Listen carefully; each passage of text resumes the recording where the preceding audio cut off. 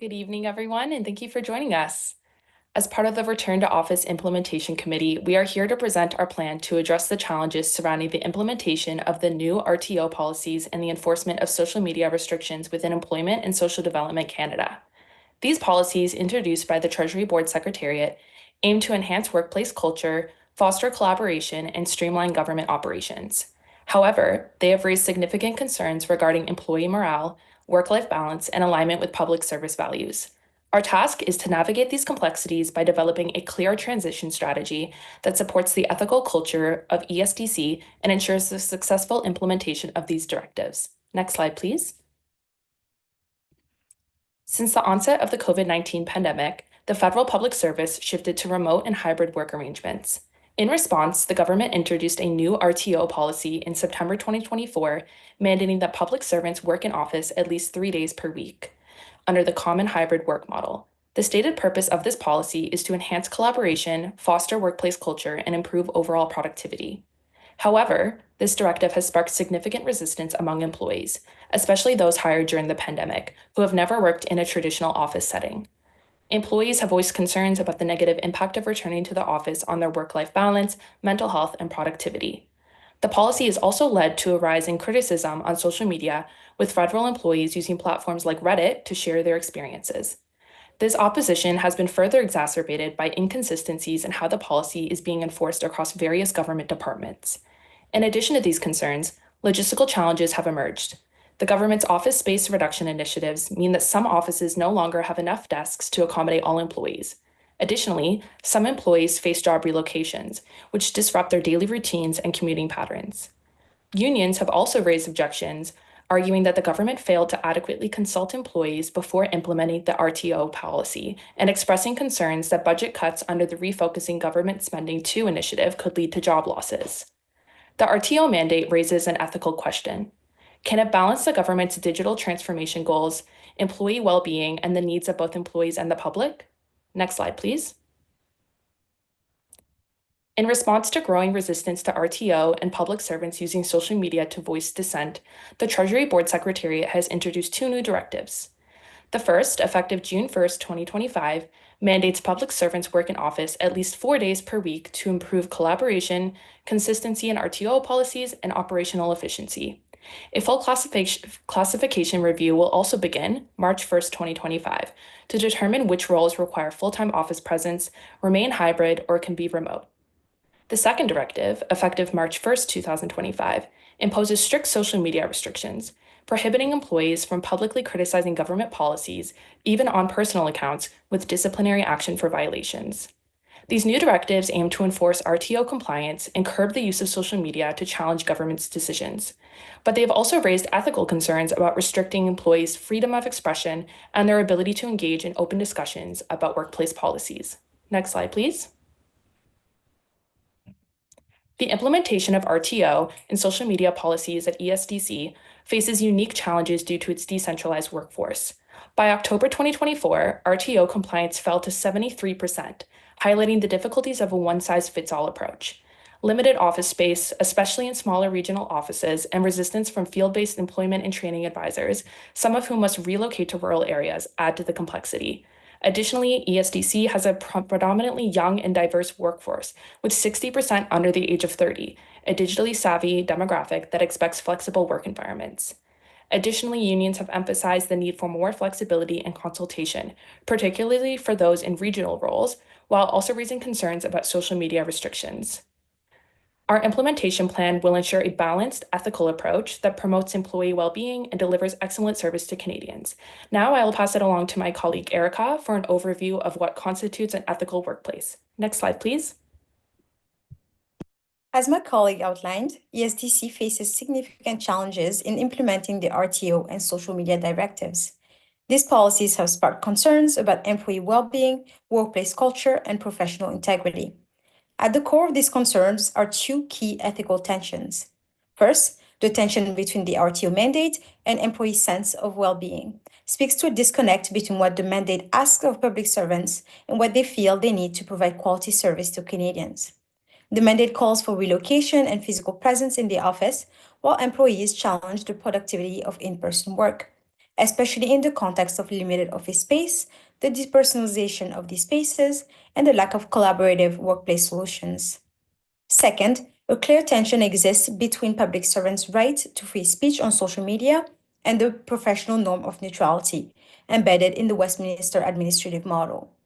The Social Media Directive aims to uphold the principles of neutral public service, but it also raises concerns about restricting employees from discussing policies that directly affect their work. Social media has blurred the line between personal and professional spaces, making it essential to update ethics protocols and clarify expectations. These dilemmas highlight the need for a thoughtful, ethical approach to policy implementation, one that balances government objectives with the realities of a modern, digitally connected workforce. Next slide, please. To navigate these challenges, we propose key strategies to foster an ethical and sustainable workplace. First, open communication, establishing structured feedback mechanisms such as employee consultations and internal working groups will enhance transparency and trust. Second, clear guidelines on social media use, updating ethics protocols to help public servants navigate their professional duties while respecting their right to free speech. And third, operational support, addressing logistical concerns such as limited office space and relocation hardships, will ensure fair and feasible RTO implementation while prioritizing employee well-being. By integrating these elements, we can build a more ethical, transparent, and sustainable workplace. Next slide, please. Should we fail to address these ethical and practical challenges, we risk serious consequences for both employees and the public service as a whole. In terms of practical risks, rigid RTO directives could increase stress and lead to higher attrition. Office shortages and poor working conditions may further hinder productivity and service delivery. Now, let's explore ethical risks. Restricting public servants' ability to voice workplace concerns, especially on social media, creates fear and disengagement. Suppressing open discussion on policies that directly impact employees could weaken trust in government leadership and transparency.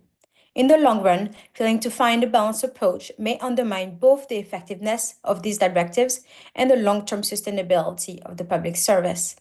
I will now pass it over to my colleague Matteo to present our policy solutions. Next slide, please. Given the risks presented, we propose a series of adjustments to the implementation of the Treasury Board directives that cover both social media restrictions and RTO orders. The following options for social media management are intended to be modular and can be enacted singularly or collectively.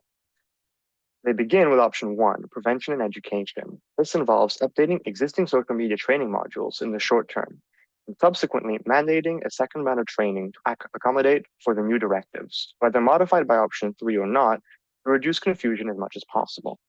This, combined with immediately making social media platforms inaccessible on government devices and government networks, unless access is required for their work, will hopefully facilitate enforcement by eliminating much of the need to actively monitor public servants' use of government-issued devices.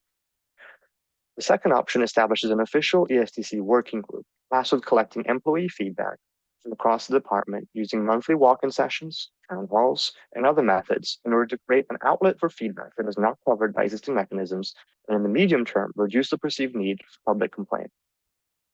The final option we propose in the medium term in order to successfully implement a social media restriction is altering the ESTC ethics code to explicitly protect a subset of public criticism that involves nonpartisan public discussion by public servants of internal policies affecting their workplace directly, thus fostering a more productive work environment and public discourse in line with our efforts.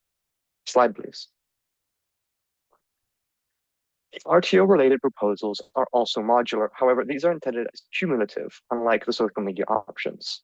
The first involves immediately implementing a buddy system in regional offices to help recently relocated ESTC trainers acclimate to the work environment. Additionally, those same regional offices will be tasked with producing and maintaining official documents listing key contacts in their area, allowing newly dispatched regional ESTC officers to familiarize themselves with local context as fast as possible, whether they be in person or on a flexible work scheme. Finally, over the medium term, it involves an assessment of department office space's capacity, occupancy, and quality so as to inform and justify potential exceptions from full RTO for ESTC civil servants, especially regional trainers, thus reducing costs by focusing on remote work in relevant areas. The second option expands on the first by streamlining existing capacity. This involves assessing the status of IT infrastructure across the ESDC offices, both central and outlying, to evaluate modernization needs in the medium term. With an estimate of 50,000 Canadian needed per office that is deemed to require modernization, with exact pricing and the number of relevant offices, pending the results of the survey. This will improve the quality of both remote work and in-person work, enhancing service delivery across the board. Next slide, please. The third option involves, over the medium term, ESDC offices previously identified as inadequate being renovated to center collaboration and enable productive and focused work without interruptions, so as to truly actualize the benefits of in-office presence. This goes hand in hand with an immediate halt on downsizing measures on ESDC offices pending the result of preliminary assessments, to ensure that if the need for office space was greater than could be accommodated despite new renovations, some other rented properties would have their lease renewed rather than left to expire. This will ensure the possibility of a full 4-day-a-week RTO across the department without impacting service delivery for athletes. Next slide, please. The decision matrix illustrated here shows the estimated likelihood that each policy option presented will address the core factors promoting a productive and effective workplace that is required for a worthwhile return to office and a worthwhile social media restriction policy. Cumulative nature of the RTO policy options is highlighted on the left, with each proposal increasing the viability of the next. The ones centered on social media restrictions are independent, though complementary, and have manifestly different strengths and focuses. I will now pass it on to my colleague Tess, who will walk us through the implementation of our recommended policy package. Next slide, please. After considering the risks and benefits of all options, we recommend adopting all three implementation options for social media and RTO, as we believe this approach will promote an ethical workplace for ESDC employees and ensure excellence in service delivery. Implementation for RTO should begin by outlining the tasks of managers across ESDC, who will work with employees and office leaders to assign partners or buddies. Employees returning to the office or arriving for the first time will be paired with someone who worked in the office space before the pandemic or is recognized as a leader or work partner relevant to the new employee's role. Additionally, managers and office leaders will be directed to create short key contact documents containing detailed information about government and community actors relevant in their new and local and office context. Our initial office needs assessment will be conducted in partnership with PSPC to inform the in-depth work classification assessment submitted to TBS. Option 2 focuses on IT infrastructure and basic office supplies, which will prioritize offices with the greatest need. This will require communication between existing in-office employees, IT departments, managers, and new in-office staff. This additional workload is temporary and is expected to decrease over time. The final phase ensures alignment with Procurement Canada's office modernization standards. This phase must establish our clear real property needs with PSPC and other relevant partners to secure commitments for updating, renovating, leasing, or renewing leases for ESDC. Data from the initial review of rules will provide critical figures for these needs. Option 1 of the social media implementation prioritizes compliance with the TBS directive in the simplest and most efficient manner. By restricting the download of social media apps and blocking access through browsers, government devices will function as neutral digital tools. This encourages employees to use their personal devices and networks for social media, maintaining a clear distinction between work and personal time, as most already do. To ensure transparency and clarity regarding social media use on personal devices, managers and team leaders will require all ESDC employees to complete the Government of Canada course, Navigating Social Media as a Public Servant, which is conducted through the Canada School of Public Service. Employees must complete the course within 6 months, and managers will inform employees of this new requirement and monitor compliance. Option 2 establishes a formal outlet for employees to provide feedback on directives and other government policies directly related to their workplace. Open door sessions will be voluntary and held monthly, either in person or virtually. Feedback, including concerns, questions, comments, and suggestions, will be collected anonymously over 12 sessions and compiled into a report for ESDC deputy ministers after 1 year. We hope to partner with relevant unions who will be best fit to assume the facilitation role for these sessions. But where unions are unavailable or lack the capacity, existing management, office leaders, or a delegated neutral employee will assume this role. Option 3 will amend Section 2, Values and Expected Behaviors, subsection D, Stewardship Clause Social Media of the ESDC Code of Conduct to explicitly authorize the relevant public speech from government workers regarding their own workplace. Next slide, please. To assess the impact of our plan, we will carefully evaluate the outcomes of the RTO and social media directives. Data collected from managers tracking employees' weekly Government of Canada network logins will be synthesized to identify trends, changes, and potential challenges in RTO compliance.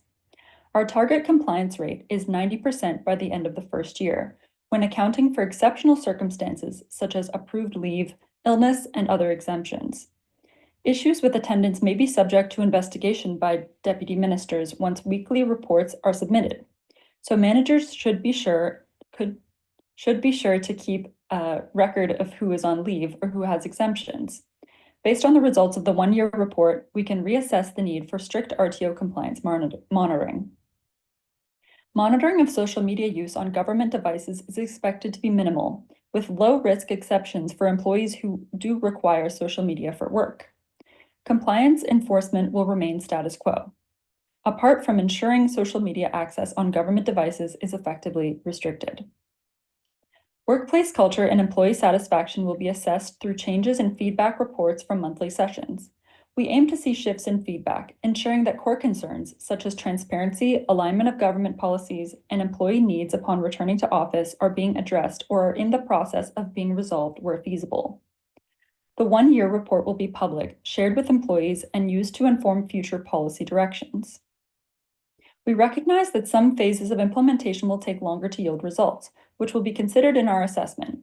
However, we hope to see initial successes within 1 year, allowing us to extend the implementation strategy with confidence that ESDC is on track to meet the needs of employees and the public. Next slide, please.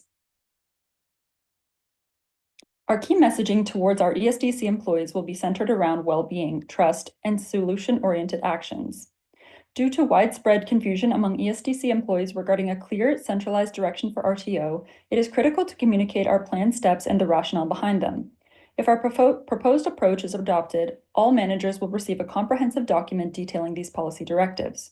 This document will outline their responsibilities and delegation powers regarding compliance monitoring and implementation. Open communication channels will be maintained to address any questions managers may have, ensuring they can effectively convey information to employees. Our team will provide oversight to ensure clear communication and assist with any clarifications during rollout. Additionally, this document will clarify existing disciplinary measures for non-compliance with social media and RTO directives. However, we anticipate our mitigation strategies will reduce the need for punitive enforcement. Next slide, please.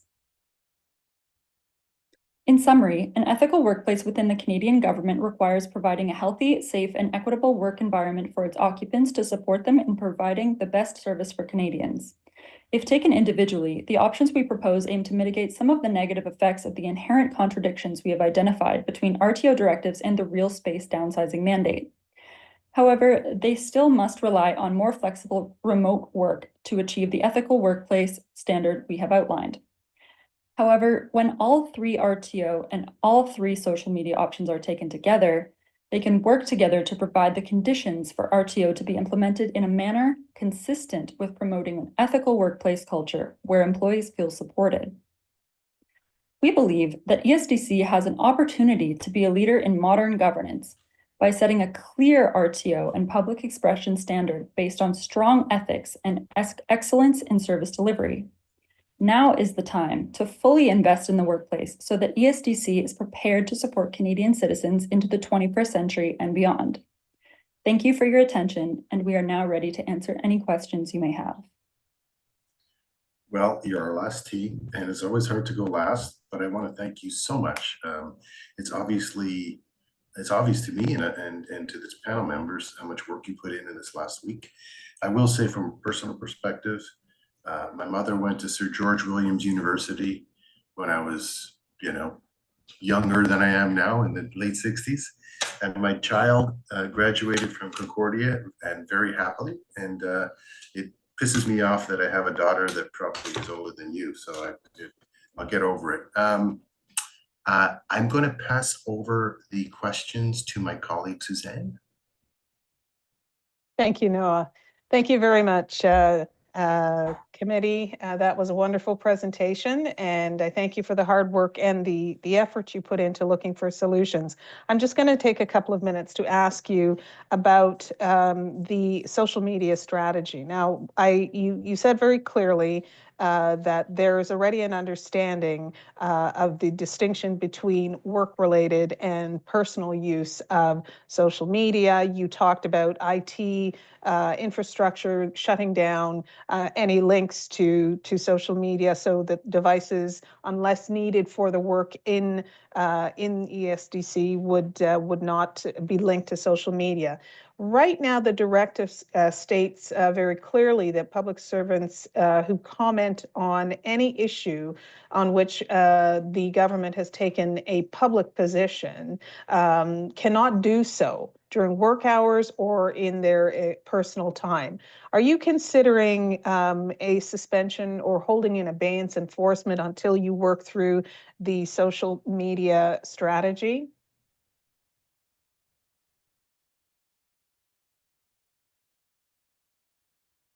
Yes, that is the purpose of the one-year reassessment strategy. We hope that with our social media policy offerings, we will be able to slowly reduce the reasons why people might spend time on social media complaining in their workplace. And that way, when we reach that 1 year mark, reassess the situation. And if that has been successful, in which case, all well and good. And if not, we can reset from there if harsher disciplinary measures are needed or more broad infrastructural changes. Thank you. So if I can just follow up, so the timeline sent out by the directive, you would not be following. You would be sort of overlaying your own timelines. Yes. Okay. Thank you so much.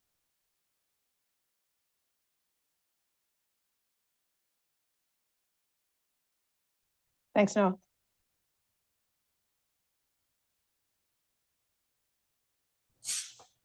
I said a really interesting thing, but my mic was off, so you missed it. Thank you very much. I appreciate that, Suzanne. I'm going to pass it over to my ESDC colleague, Michael, for additional questions. Thank you, Noah.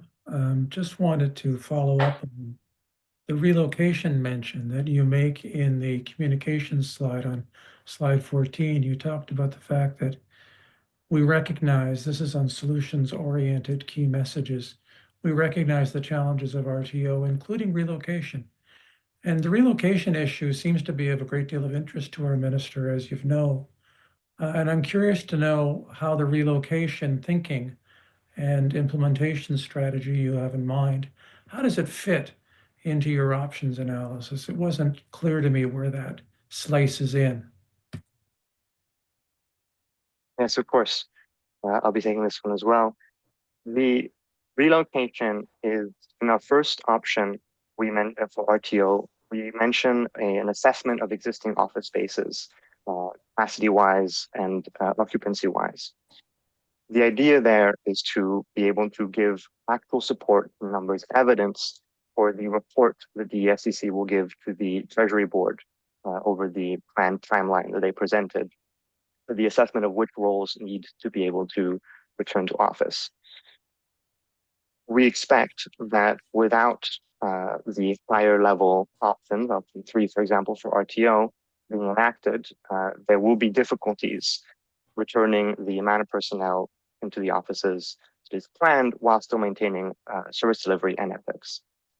As such, we, in that case, hope to balance that to justify why certain members of the department will not need to return to work, so as to both save money and maintain an ethical standard.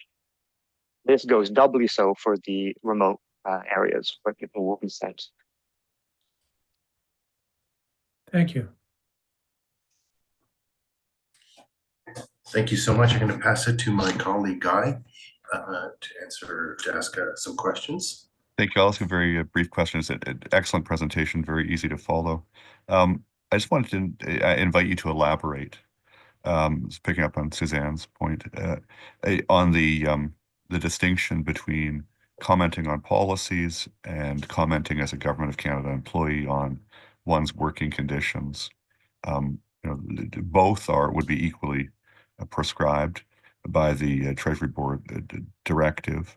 But you see a distinction there. I tend to agree with you, but I was wondering if you would like to elaborate on the distinction between commenting as a government employee on your working conditions and commenting as a government employee on government policy. For sure. That's a great question. Thank you. Please refer to slide 25. If we could jump to slide 25 on the screen. So on slide 25 right here, you see the proposed amendment that we're proposing to make to the ESDC Code of Conduct. And right here, where you will see it outlined is that employees must refrain from making partisan comments, except in the case where they're discussing workplace-related policies. So we've outlined also specifically guidelines for the way this will be conducted. And you will see here that it needs to be done in a way that avoids political bias or partisan language, does not disclose sensitive or classified information, maintains a respectful and conducive tone, as well as distinguishes between personal opinions and government positions. So what we've done here is listen to employee concerns and ensure that there's an established framework for government employees to be able to comment on their workplace-related policies. That is the only exception that we would make for such cases, so that way we are able to also maintain their free speech. So that is what we have here. Thank you. No, may I ask a brief supplementary? Yep, of course you can. Thank you for explaining that and drawing us to this part of the annex. I guess my remaining question is whether you wish to elaborate on the justification for doing so. It's very clear what you propose to do, but would you like to explain why the rationale for carving out that type of speech and protecting it? For sure. So the rationale behind that is a way for us to balance what it means to be a government employee and having the right to free speech, and then also neutrality, the principles of neutrality and duty to loyalty to the government. So in order to balance those two, we listen to employee concerns, and through thorough research, we're looking for ways to create an approach that would enable employees to voice concerns that are related to particularly their work environments, and they're valid in that way. And then as well provide avenues for them to air their problems with with people above them. So that way, there are channels for these concerns to be addressed. Thank you.